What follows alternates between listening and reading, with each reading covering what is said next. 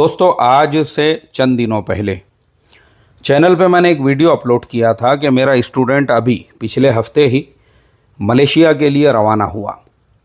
अब वो बेचारे का जो टिकट था वो एयर एशिया से था। उसको ये पता ही नहीं था कि एयर एशिया में जो हैंड लगेज है वो सिर्फ 7 किलो तक अलाउ होता है।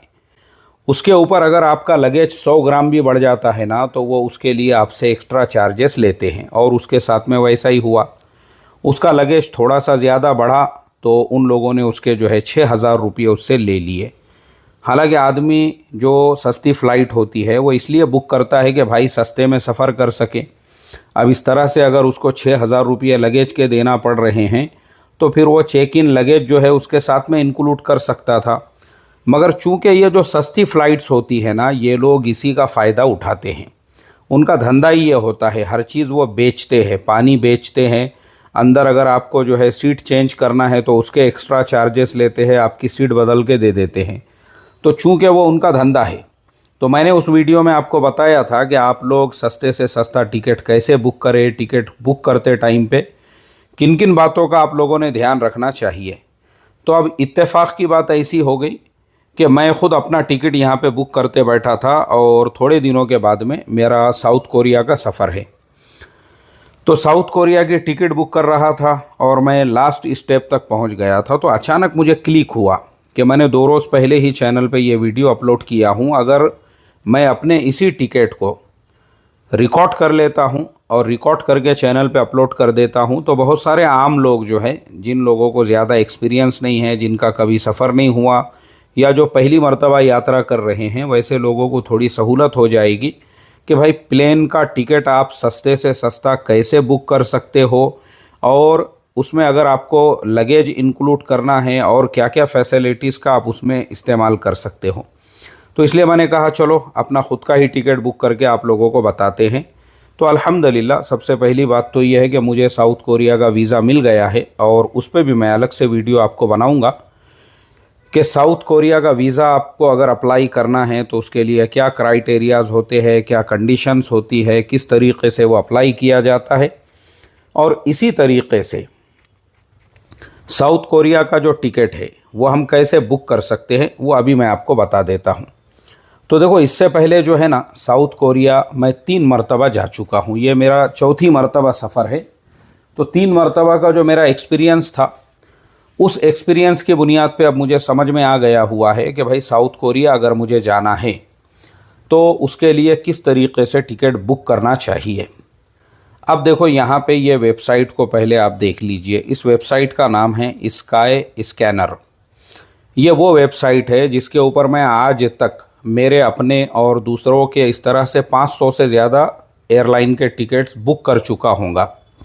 मैं हमेशा इसी वेबसाइट के ऊपर टिकट्स को जो है बुक करता हूँ, लेकिन ये मेरी तरफ से रिकमेंडेशन नहीं है। आप गूगल में जाओगे तो उसमें भी गूगल फ़्लाइट्स का ऑप्शन आता है। उसके अलावा और भी बहुत सारी वेबसाइट्स जो है ना, हमारे इंडिया में भी मौजूद है। लेकिन इस पे बुक करने का फ़ायदा क्या होता है वो अब मैं आपको आगे चलकर बताता हूँ, जो मैं इसके ऊपर बुकिंग करता हूँ। तो अगर आप भी इसका स्कैनर से बुकिंग कर रहे हो तो सबसे पहले याद रखो, आपने स्काई स्कैनर जो वेबसाइट है उस वेबसाइट को आपने ओपन कर दिए। ये उसका होम पेज है। अब होम पेज पे जब आप आ जाते हो ना, तो यहाँ पे ये जो ऑप्शन है, इस ऑप्शन के अंदर 3 उन्होंने जो है 3 यहाँ पे आपको ऑप्शंस दिए हुए हैं, 1 वे, रिटर्न और मल्टी सिटी। इसका मतलब ये होता है, अब जैसे आप उम्रे के सफ़र पे जा रहे हो तो आपका एक प्रोग्राम फ़िक्स है कि भाई ये तारीख़ को हमको उम्रे के लिए निकलना है, वो तारीख़ को वापस आ जाना है। तो 10 दिन, 15 दिन, 20 दिन, महीने भर, जितने भी दिनों का आपका गैप है उसके हिसाब से आप रिटर्न टिकट डाल दोगे तो आपको रिटर्न टिकट जो है वो सस्ते में मिलेंगी। ऐसे ही अगर आप दुबई का सफ़र कर रहे हो या जहाँ कहीं पे भी आप जा रहे हो, फैमिली के साथ में हो, अकेले हो, आप अगर रिटर्न आपका कंफर्म है तो आपने हमेशा रिटर्न ही बुक करना चाहिए। वो आपको और ज़्यादा सस्ते में गिरता है।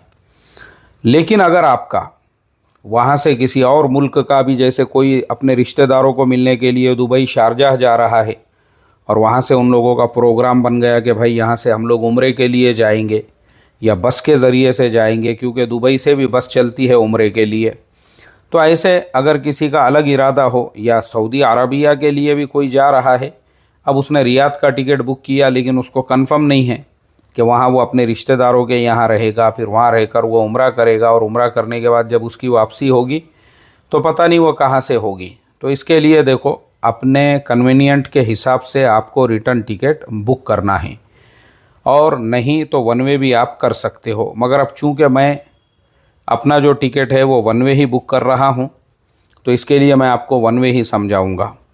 अब यहाँ पे सबसे पहले इस क्राइटेरिया को आपको फ़िल करना है, यानी आपने ये ऑप्शन वन वे का चुन लिए, आपको सिर्फ वन वे का टिकट चाहिए। अब ये जो फ्रॉम है, तो फ्रॉम में मैं डालूँगा पुणे, क्योंकि मैं रहता हूँ पुणे में, तो PNQ जो है ये पुणे का शॉर्टकट है, यानी जो एयरलाइन का जो ये होता है जो भी उनका कोड होता है। ऐसे ही ICN, ये साउथ कोरिया का जो इंचैन एयरपोर्ट है वहाँ का कोड है। अब हमने जो है इंचैन का कोड डाल दिया ICN, तो इंचैन आ गया। अब इसी तरह से ये जो डिपार्चर डेट है, यहाँ पे जब हम क्लिक करेंगे ना, तो यहाँ डेट के आपको दो फॉर्मेट्स मिलेंगे। एक तो स्पेसिफिक डेट्स है, इसका मतलब ये है कि आपकी कोई डेट कंफर्म है कि भाई फ़लाने तारीख़ को आपको जाना ही है। लेकिन अगर आपकी स्पेसिफिक डेट नहीं है, बल्कि आपने सोचा है कि भाई अगले हफ्ते में जो दिन भी मुझे फ़्लाइट मिल जाएगी, या अगले महीने में, या उसके बाद के महीने में, या जब आपको छुट्टियां मिलने वाली है, तो ऐसी कंडीशन में देखो ये फ्लेक्सिबल जो डेट्स हैं ना, इस पर आप क्लिक करोगे तो पूरा महीना आपके सामने आ जाएगा। अब मुझे जो है अभी 2 दिन के बाद में निकलना है, तो मेरे लिए सितंबर का जो मंथ है वो यहाँ पे मुझे शो कर रहा है कि सबसे चीपेस्ट मंथ है, तो मैंने सितंबर के ऊपर क्लिक किया और वो मेरा सेलेक्ट हो गया यहाँ पे डिपार्चर डेट में। अब ट्रैवलर्स एंड केबिन क्लास, यानी आप कितने लोग हैं, आपके साथ बच्चे कितने हैं, आप कितने हैं, तो मैं आपको ये सिखाने के लिए सिर्फ एक आदमी का टिकट बुक करके बताऊंगा। अब मैंने यहाँ पे सर्च पे क्लिक किया। जैसे ही मैंने सर्च के ऊपर क्लिक किया ना, तो सितंबर का पूरा महीना मेरे सामने आ गया। अब मैं देख रहा हूँ कि सितंबर के अंदर जो है पुणे से इंचैन यानी साउथ कोरिया के लिए जो मुझे फ़्लाइट्स मिल रही है, 11 तारीख़ को 23,177, 12 तारीख़ को 24,108, 13 तारीख़ को 24,832, यानी इस तरह से प्राइस है। अब सस्ती फ़्लाइट अगर मैं देखता हूं तो मुझे 17 तारीख़ की दिख रही है और 18 तारीख़ की नज़र आ रही है। चलिए हमने 17 तारीख़ पे क्लिक किया, क्योंकि 17 की सबसे सस्ती दिख रही है मुझे, जो है 17,693 की। तो क्योंकि मुझे भी जो है 20 तारीख़ से पहले जाना है, इसलिए 17 की भी अगर मिल जाती है। मैंने नीचे फाइंड फ़्लाइट्स के ऊपर क्लिक किया। अब जैसे ही हमने इसके ऊपर क्लिक किया ना, तो दूसरा ब्राउज़र हमारे यानी दूसरा पेज जो है वो हमारे सामने ओपन हो गया। ठीक है, अब ये पेज जैसे ही ओपन हुआ तो इसमें क्या बता रहा है कि अगर बेस्ट फ़्लाइट मैं लेता हूँ, देखो बेस्ट का मतलब ये है कि उसमें मुझे सिर्फ 13 घंटे 25 मिनट लग रहे हैं, लेकिन वो फ़्लाइट मुझे मिल रही है 33,315 रुपये में। और मान लो मैं अगर सस्ते फ़्लाइट के चक्कर में जाता हूँ तो मुझे यहाँ पे लग रहे हैं 31 घंटे 35 मिनट। चलो अब हम एक काम करते हैं, जो बेस्ट फ़्लाइट थी कम से कम टाइम वाली, उस पर हम क्लिक कर देते हैं। अब जैसे ही मैंने जो है उस पर क्लिक करने अगर मैं जाता हूँ ना, तो क्योंकि वो, चलो फिर भी क्लिक कर देते हैं, तो वो जो फ़्लाइट है ये हमको लेकर जा रही है 17 तारीख़ को शाम में 6:45 पे। कहाँ पे? दिल्ली इंदिरा गांधी इंटरनेशनल एयरपोर्ट पे। वहाँ हम पहुँचेंगे रात में 9:10 पे। और दिल्ली इंदिरा गांधी एयरपोर्ट पे कितनी देर रुकना है भाई? तो दिल्ली इंदिरा गांधी जो एयरपोर्ट है वहाँ पे हम पहुँचेंगे 9:10 पे, और 2 घंटे 55 मिनट जो है हमको वहाँ पे, यानी 3 घंटे वहाँ पे वेट करना है। उसके बाद अगली फ़्लाइट जो है वो 18 तारीख़ को रात में 12:05 पे है। Delhi international airport, Indira Gandhi international airport से डायरेक्ट साउथ कोरिया के लिए। और उस फ़्लाइट के अंदर वो किसकी है फ़्लाइट, वो भी एयर इंडिया की है। और वो हमको अगले दिन सुबह में 11:40 पे इंचैन एयरपोर्ट पे पहुंचाएंगी। 8 घंटे 5 मिनट का ये सफ़र है। पैसे कितने लग रहे हैं इसमें, हमको पैसे लग रहे हैं टोटल अगर हम क्लियर ट्रिप से देखो, अब ये होता है जैसा मैंने आपको बताया, बहुत सारी अलग अलग जो वेबसाइट्स होती है ना, तो स्काई स्कैनर वो सारी वेबसाइट्स तुमको यहाँ पे शो करता है। क्योंकि स्काई स्कैनर जो है उस पर आप टिकट बुक नहीं कर सकते हैं, बल्कि टिकट बुक करने के लिए आपको क्लियर ट्रिप है, गो आई बीबो है, बजट एयर है, और जितनी भी ये नीचे एयरलाइंस आ रही है booking.com वगैरह वगैरह, मेक माई ट्रिप सब आ गए वहाँ। एयर इंडिया भी आ गई, लेकिन जो एयर इंडिया का टिकट क्लियर ट्रिप जो है 33,000 में दे रहा है, वो ख़ुद 35,605 में दे रहा है। यानी उससे भी जो है 2500 रुपये ज़्यादा में आपको एयर इंडिया की ऑफिशियल वेबसाइट पे मिल रही है। तो ये फ़ायदा होता है स्काई स्कैनर के ऊपर आपको सर्च करने का। मगर अब क्योंकि अपन तो गरीब आदमी हैं, 33,315 रुपये अगर एक साइट का ख़र्चा करेंगे, दूसरे साइट के भी उतने ही लगेंगे, तो साउथ कोरिया जाने आने का सफ़र अपने को हो जाएगा 65,000 रुपये का। हालांकि मुझे जो है साउथ कोरिया में ये हमारा जितने भी एक्सपेंसेस रहते हैं वीज़ा के और टिकट वगैरह के, ये सब हमको मिल जाते हैं। लेकिन फिर भी भाई, अगर किसी ने आपको बुलाया भी है तो क्यों आप उसको इतना ज़्यादा उसके ऊपर अपने ख़र्चे का बोझ डाल रहे हो। इसके लिए हम क्या करेंगे, अब मैंने इसको यहाँ पे कर दिया है कट हमको जाना ही नहीं है, ये जो दिल्ली वाला रास्ता है उस रास्ते से हम वापस आ गए सर्च में। अब हम सोचेंगे कि भाई चलो, पुणे से मुंबई करीब में है, मुंबई से देखते हैं कि मुंबई से साउथ कोरिया का हमको अगर टिकट सस्ते में मिलता है तो मुंबई का जो शॉर्टकट है वो है BOM, बॉम, यानी बॉम्बे जो पहले था। अब हमने जैसे ही मुंबई डाल दिए, उसके बाद में वही सितंबर का महीना है और दोबारा से हमने सर्च के ऊपर क्लिक किए। अब देखो, जैसे ही हमने सर्च के ऊपर क्लिक किया मुंबई से, तो मुंबई में तो और भी बुरा हाल दिख रहा है कि 11 तारीख को वही पुणे वाला प्राइस है 22,350, यानी 1,500 रुपये का फ़र्क है। सस्ते वालों में भी आते हैं तो सस्ती फ़्लाइट्स मुंबई से हमारा प्रोग्राम ख़त्म होने के बाद है, क्योंकि हमको 20 तारीख के पहले जाना है। अब सस्ते वाली फ़्लाइट मुंबई से भी मिल रही है 22 को, 23 को, 24 को, तो वो हमारे कुछ काम की नहीं है। तो अब हम क्या करेंगे, देखो अब मैं आपको बताता हूँ जो मेन फार्मूला, जो ये पूरे वीडियो का असल जो खुलासा है। सस्ती फ़्लाइट अब अपने को डायरेक्ट नहीं देखना है ना मुंबई से डायरेक्ट देखना है, ना पुणे से डायरेक्ट देखना है साउथ कोरिया, बल्कि अब हम वापस पुणे आ जाएंगे। फिर वापस से मैंने डाला PNQ, पुणे आ गया। अब ये इंचैन इंटरनेशनल एयरपोर्ट की बजाय हम डालेंगे पुणे से कुआलालंपुर। चलिए, मैंने डाला कुआलालंपुर मलेशिया, और सितंबर का ही महीना हमने सेलेक्ट किया। वापस से हम आ गए सर्च के ऊपर। अब जब हम कुआलालंपुर पे आ गए तो कुआलालंपुर की जो फ़्लाइट है वह हमको पड़ रही है 10,000 रुपये में 11 तारीख को। तो क्योंकि अपना प्रोग्राम जो है वो 20 तारीख को है, तो चलो हम क्या करते हैं 18 तारीख की फ़्लाइट देखते हैं। तो 18 तारीख की जो फ़्लाइट है वो कुआलालंपुर की, चलो यहाँ पे जाके सर्च करते हैं फाइंड में। अब देखो, हमने जैसे ही सर्च में हम गए कुआलालंपुर के लिए, तो पता चला कि कुआलालंपुर की भी जो हमारी फ़्लाइट है वो भी पुणे से डायरेक्ट नहीं है।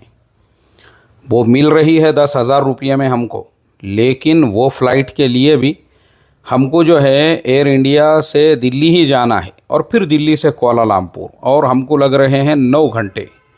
उसमें भी नीचे जाएंगे तो 10 घंटे, इंडिगो से जाएंगे तो 8 घंटे, लेकिन उनका प्राइस बढ़ रहा है। अब कुआलालंपुर अगर हम 12,000 में पहुंच रहे तो फिर पहले वाली फ़्लाइट बुक करने में क्या प्रॉब्लम था। फिर वापस हम आएंगे फ़िल्टर में, तो ये जो नया पेज ओपन हो गया था उसको हमने कर दिए क्लोज़। अब बजाय कुआलालंपुर के अब हम दूसरा ऑप्शन ढूंढते हैं सिंगापुर का। चलिए, मैंने सिंगापुर डाल दिया, और सितंबर के ही महीने में पुणे से सिंगापुर। तो पुणे से सिंगापुर भी जो है 8,000 रुपये में हमको चूँकि 17 या 18 का देखना है। चलो 17 का हम डाल देते हैं क्योंकि 18 काफ़ी महंगा बता रहा है। अब 17 में हम आए और हम फाइंड फ़्लाइट्स के ऊपर गए। यहाँ पे जब हमने देखे कि भाई 17 तारीख को सिंगापुर की भी जो फ़्लाइट है वो भी हमको 10 घंटे वाली और 9 घंटे वाली और 10.5 घंटे वाली 11.5 घंटे वाली मिल रही है, भले वो 8,000 में मिल रही है। तो उतनी देर में तो हम फिर साउथ कोरिया पहुंच रहे थे।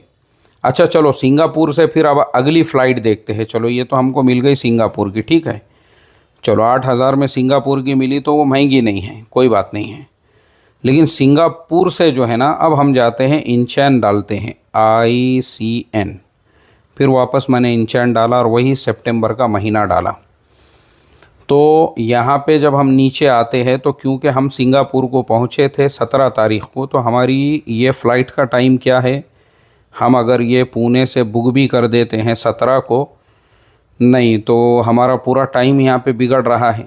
चलो ये नीचे एक मिल गई हमको सुबह में 6:35 की, और वो हमको शाम में 7:30 पे सिंगापुर पहुँचा रही है। तो हम अगर सिंगापुर को शाम में 7:30 बजे भी पहुँच रहे हैं, मतलब हमारा जो टोटल सफ़र है वो अगर हम अपने एतबार से देखेंगे तो कितना हो रहा है, वो 6:30 से 7:30। अब आप खुद लगा दीजिए हिसाब, यहाँ पे ये 10 घंटे 10.5 घंटे बता रहे हैं। चलो सिंगापुर अगर हम शाम में 7:30 तक भी पहुँचते हैं, पुणे से दिल्ली, फिर दिल्ली से सिंगापुर, और वहाँ से अब देखते हैं कि 17 तारीख को ही फ़्लाइट तो यहाँ पे भी है अवेलेबल सिंगापुर से इंचेन एयरपोर्ट के लिए, वो है 9,700 रुपये में। अब हमने जब उसके ऊपर क्लिक किए ना तो वहाँ से डायरेक्ट हमको फ़्लाइट मिल रही है सिंगापुर से, और वो फ़्लाइट हमको डायरेक्ट वाली जो है वो मिल रही है जेजू एयर की, और उसका प्राइस है 9,641। मगर प्रॉब्लम ये है ना कि वो फ़्लाइट हमको काफ़ी सुबह में है, वो 3:30, हम तो शाम में वहाँ पे 7:30 को पहुँचने वाले हैं। तो फिर हमारा उसका तालमेल कैसे जमेगा। उसके नीचे एक और फ़्लाइट है, वो है टी वे वाली, ये जो नज़र आ रही है इंचेन के लिए 6 घंटे 30 मिनट, और ये जो फ़्लाइट है ये है रात में 11 बजे। मतलब हम 7:30 बजे अगर वहाँ पहुँचते हैं तो अगले दिन 6:30 बजे हम जो है पहुँचेंगे इंचेन। अब इसमें हमको 13,000 रुपये लग रहे हैं। तो अब यहाँ हम कैलकुलेशन करेंगे कि भाई ये जो फ़्लाइट थी हमारी, ये हमको पड़ रही थी पुणे वाली, जो पुणे से हम निकलने वाले थे, ये हमको पड़ रही थी 9,000 रुपये, 9,600 रुपये की, 9,006 रुपये की, और नीचे भी उसके अलग अलग प्राइजेस हैं। तो चलो हम सबसे ऊपर वाली ही 9,000 वाली पकड़ लेते हैं। तो ये 9,000 और वो 13,000, दोनों को अगर हम मिलाते हैं तो ऑलमोस्ट फिर वही हो रहा है, पुणे से जो 23,000 रुपये बता रहा था, तो 23-24,000 की ये फ़्लाइट हो गई, और टाइम हमको लग रहा है टोटल 24 घंटे। मतलब आप जो है ना देखो, ये पहली फ़्लाइट है 6:35 पे पुणे से निकल रही है, और आप वाया कितने जा रहे हो, दिल्ली एक वाया, दिल्ली से सिंगापुर दूसरा वाया, और फिर सिंगापुर से आप इंचेन जा रहे हो, और अगले दिन जो है सुबह में 6:30 यानी सेम टाइम पे आप वहाँ पे पहुँच रहे हो। 24 घंटे का सफ़र, और आपको जो है 2 एयरलाइंस चेंज करना है, पुणे से दिल्ली, दिल्ली से सिंगापुर, फिर सिंगापुर से जो है इंचेन। 24 घंटे भी जा रहे हैं, 24,000 रुपये भी जा रहे हैं, और टाइम भी आपका, और उसके अलावा जो है आपको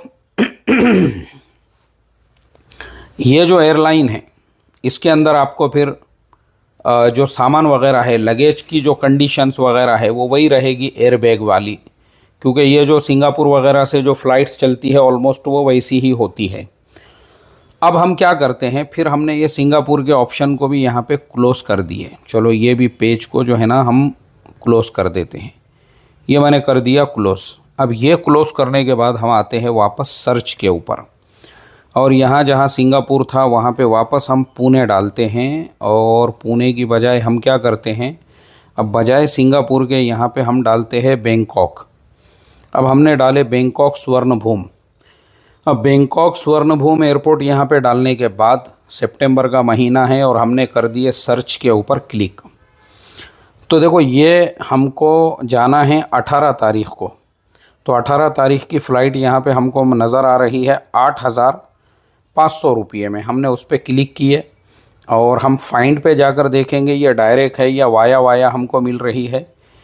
तो यहाँ पे बेस्ट फ़्लाइट, चीपेस्ट फ़्लाइट दोनों भी एक ही है, फास्टेस्ट फ़्लाइट, यानी तीनों के अंदर एक ही ऑप्शन आ रहा है 8,527 रुपये का। और माशाल्लाह 8 घंटे में, ये 4 घंटे 20 मिनट के अंदर हम पहुंच रहे हैं बैंकॉक को एयर इंडिया एक्सप्रेस की फ़्लाइट से।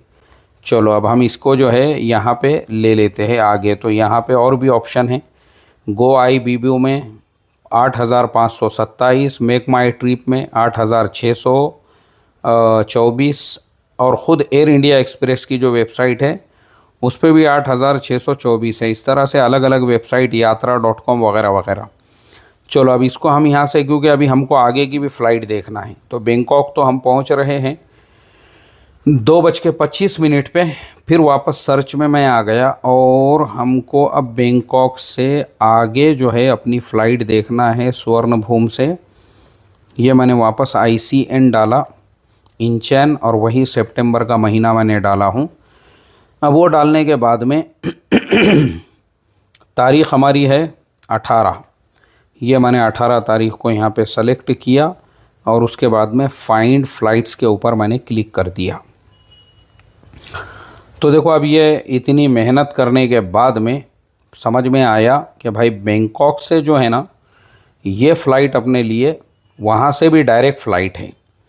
मतलब ये है कि पुणे से अपने को डायरेक्ट बैंकॉक की फ़्लाइट मिल गई और वहाँ से डायरेक्ट इंचेन की भी फ़्लाइट मिल गई। मतलब इतनी जो हमने मगज़मारी किए और इतना जो है अपने दिमाग का दही किए कि पुणे से जो है कोलालमपुर और मुंबई से फिर हमने सर्च किए, तो मुंबई से भी डायरेक्ट फ़्लाइट नहीं है साउथ कोरिया की, तो मुंबई से भी हमको महंगी गिर रही थी।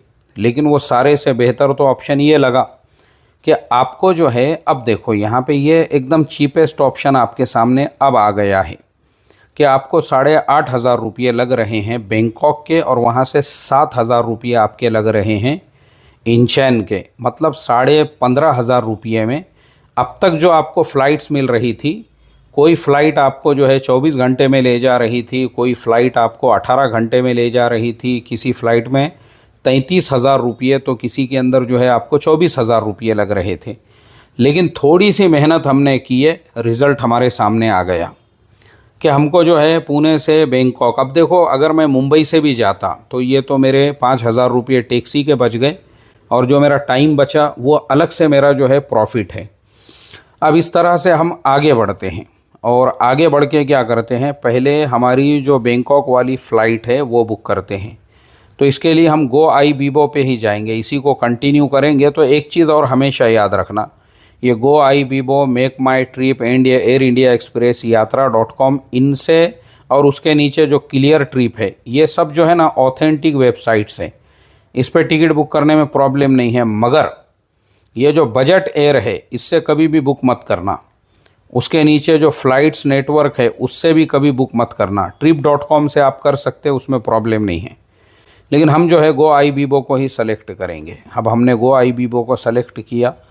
अब देखो जो हमारा इसका स्कैनर था वो हमको लेके चल रहा है गो आई बीबो की वेबसाइट के ऊपर। उसने हमको गो आई बीबो पे लेके आ गया और लाने के बाद में देखो वो हमको क्या बोल रहा है यहाँ पे। अब देखो ये सारी चीज़ें बहुत ध्यान से आपके लिए पढ़ने की होती है।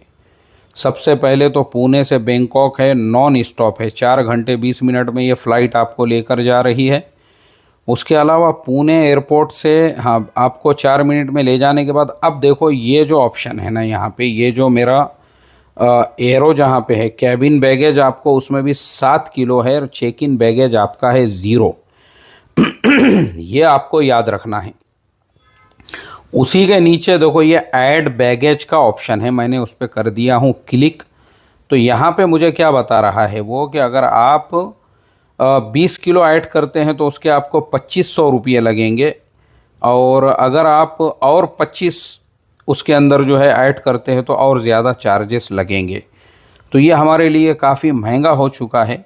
तो इसके लिए क्योंकि अब हमको एक चीज़ समझ में आ गई कि भाई ये जो फ़्लाइट है एयर इंडिया एक्सप्रेस की है, तो हम क्योंकि गो आई बीबो से बुक कर रहे थे, हमने उसको कर दिए क्लोज़। और वो क्लोज़ करने के बाद इसको भी हमने कर दिए क्लोज़। अब हम यहाँ वापस आएंगे और जो कंपनी की फ़्लाइट खुद उड़ रही है, अब हम डायरेक्ट उसी के वेबसाइट पे जा रहे हैं। अब हम आ गए एयर इंडिया एक्सप्रेस की वेबसाइट पे। गो आई बीबो को बीच में से हमने ख़त्म कर दिए। अब एयर इंडिया एक्सप्रेस की वेबसाइट के ऊपर जब हम आ गए, वहाँ पे आने के बाद देखो हमारी जो डेट है और हमारा जो सिटी है, दोनों यहाँ पे आ चुके हैं क्योंकि हम पुणे से सफ़र कर रहे हैं। ठीक है। अब यहाँ पे देखो आपके सामने जो ऑप्शंस आ रहे हैं, अब आप अपनी आँखों से देखो। ये जो है ना, ये जो है एक्सप्रेस लाइट जिसको हमने सेलेक्ट किया हुआ है, ये है 8,624 रुपये में। अब इसके हम डिटेल्स जो है वो चेक करेंगे। ये जो फेयर समरी है, नीचे जो फेयर समरी दिख रहा है ना, उस पर मैंने क्लिक किया। अब देखो फेयर समरी के अंदर उन्होंने क्या बताए कि जो टिकट के चार्जेस है वो 5,772 रुपये है और जो 2,852 रुपये टैक्सेस है। कन्वेनियंस फ़ीस कुछ भी नहीं है क्योंकि हम डायरेक्ट उनकी ख़ुद की वेबसाइट के ऊपर आ गए हैं। अब ये जो फेयर रूल्स है मेन ये है। अब मैंने इसके ऊपर क्लिक किया तो यहाँ पे इन्होंने क्या लिखे कि check in cabin hand baggage जो है 7 किलो का है इनका भी, लेकिन चेक इन बैगेज जो है ना वो है आपके लिए 20 किलो तक है, सिर्फ 1,300 रुपये में।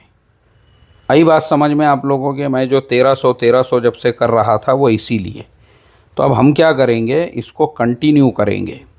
और जैसे ही हमने कंटिन्यू कर दिए उसके बाद फिर वापस वो आ गया पूछने के लिए। और वो ख़ुद अपने को क्या बोल रहा है, वो बोल रहा है देखो अगर तुम 613 रुपये और इसमें एक्स्ट्रा कर देते हो तो अब पहले तो 20 किलो का चेक इन था, वो अब 30 किलो का हो गया है। बहुत ध्यान से देखो आप, ये होती है पॉलिसीज़। ऐसा टिकट बुक करते टाइम पे ये सारी चीज़ें जो है ना ध्यान देना पड़ता है। तो अब हमने क्या किए, ये 613 रुपये ज़्यादा दे दिए उनको। ठीक है भाई, कोई बात नहीं है। 30 किलो का जो है हम यहाँ से सामान, क्योंकि खाने का सामान तो मैं ख़ुद लेके जाता ही हूँ तो मुझे वो ज़रूरी होता है। तो मेन चीज़ मुझे आपको यही बताने की थी। इस तरीक़े से ध्यान तवज्जो के साथ में टिकट बुक करना है। अब ये ऐसा मैं जो है आगे की अब जितनी भी प्रोसेसिंग है वो मैंने कंप्लीट कर दिया। तो ऑलमोस्ट मेरा जो है 9,800 रुपये में ये टिकट बुक हो गया। अब 9,800 में भी मुझे ये टिकट अगर मिल गया, अब उसके बाद मेरा जो आगे का टिकट है इंचैन के लिए जो मेरा टिकट है वो मुझे 7,000 में मिल रहा है। और डायरेक्ट जिस फ़्लाइट का वो टिकट है, डायरेक्ट वही फ़्लाइट, यानी जो वेबसाइट है, जैसे अभी हम जो है डायरेक्ट एयर इंडिया एक्सप्रेस की वेबसाइट के ऊपर गए थे, वैसे ही हम यहाँ पे भी जो है डायरेक्ट उसी कंपनी के फ़्लाइट के ऊपर जा रहे हैं। जो कंपनी की फ़्लाइट उड़ने वाली है उन्हीं की वेबसाइट के ऊपर। तो देखो दोस्तों, ये तरीक़ा था। और मैंने जो पिछले यानी ये जो पुणे से बुक करते टाइम पे आपको बताया किस तरह से आप लगेज को ऐड कर सकते हैं, उस तरीक़े से आपको लगेज को ऐड करना है। तो एक खाली 613 रुपये ज़्यादा देने पे 30 किलो का ऑप्शन आ गया। तो ये बहुत सारे आपके लिए जो है ना ऐसे ऑप्शंस होते हैं। तो इन सब को ध्यान में रखते हुए अब हम जो है 18,000 रुपये में अपने मंजिल मकसूद तक पहुंच रहे हैं। तो आराम से इत्मीनान से आपको फ़्लाइट का टिकट बुक करना है। और इसमें इंश्योरेंस भी आप ज़रूर लेना। इंश्योरेंस मिलता है 200-300 रुपये का, लेकिन उसके बहुत फ़ायदे होते हैं। मुझे एक मरतबा का एक्सपीरियंस है। मैं हांगकांग एयरपोर्ट पर था और मेरी फ़्लाइट वहाँ से डिले हो गई थी। तो मुझे उन्होंने वहाँ एयरपोर्ट पे ही पैसे दिए थे, मतलब मुझे अकेले को नहीं दिए थे। जितनों का इंश्योरेंस था सब लोगों को उन्होंने जो है हांगकांग के डॉलर दिए थे 80-80 कि भाई इनके अंदर आपको एयरपोर्ट पे जो खाना पीना है खाओ पियो, और अगर तुम क्लेम करते हो तो उसका भी तुमको अलग से बेनिफिट मिलेगा। तो देखो ये ऐसे बहुत सारे बेनिफिट्स होते हैं उसके अलावा आपका सामान वगैरह गुम जाता है, पासपोर्ट गुम जाता है, आपका हेल्थ का कुछ इशू हो जाता है ना, तो वो भी पूरा कवर होता है उसके अंदर। तो बाहर मुल्क में अगर आप सफ़र कर रहे हो तो ये चीज़ों का ख़ास तौर पे आप ध्यान रखो, ठीक है। आज हमने टिकट तक की बात की है। कल जो है, या मुझे जब भी टाइम मिलता है, मैं आपको साउथ कोरिया का वीज़ा कैसे अप्लाई करते हैं या किसी भी देश का वीज़ा, तो 2-4 देशों का वीज़ा मैं करके बता दूंगा आपको, ठीक है। तो लेते हैं हम आपसे इजाज़त। टेक केयर, अपना बहुत बहुत ख्याल रखिए।